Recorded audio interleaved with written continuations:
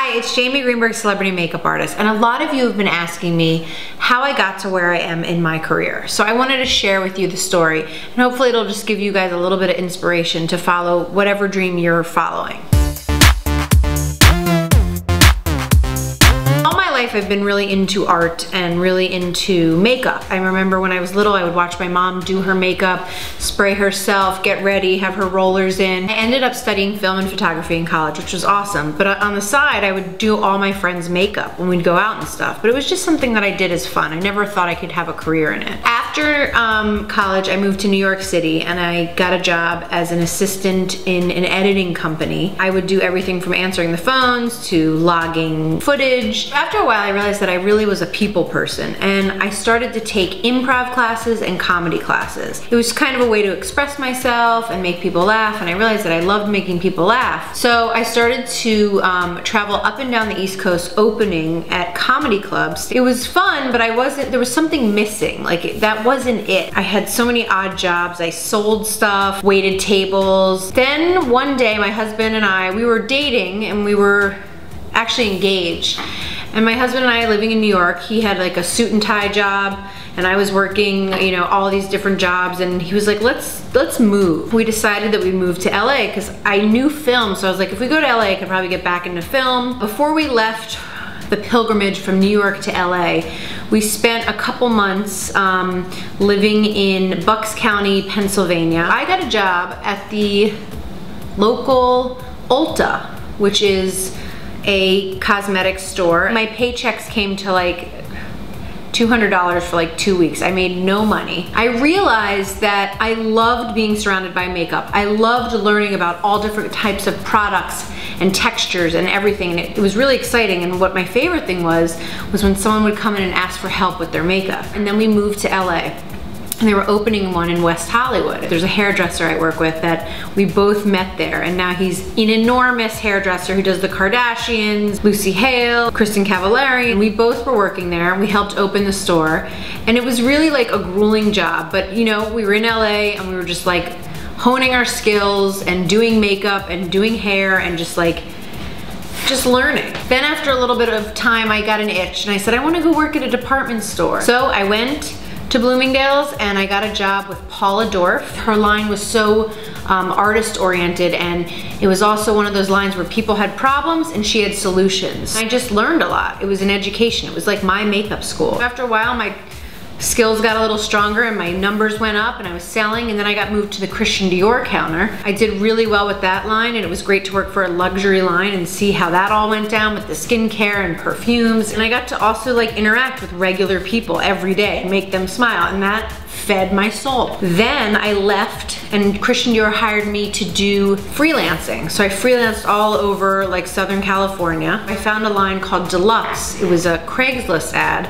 and the owner is Jillian Dempsey, who I've talked about before, who's a mega artist. Deluxe needed a freelancer, so I freelanced for Deluxe and Dior. I just kept honing my skills, and then I actually got approached by a makeup school in Chino Hills, and I learned a lot there. I taught there for like, I think it was 1 or 2 years, and I just kept freelancing and teaching and getting clients on the side. And then I met somebody in reality television, and they were like, you should, you know, do a TV show. So I got to do Nanny 911, and I went on the road with the nannies, and I thought I had arrived. And then I got to work on some other shows, Celebra Cadabra. I like traveling, but not as much. You know, you'd go on the road for 6 weeks, you know, or 3 months or something, and it was tough. Jillian took me, she was, after Deluxe, she went to Avon and was their color lead. She took me with her to Texas, to a huge Avon convention, and I got to do the makeup of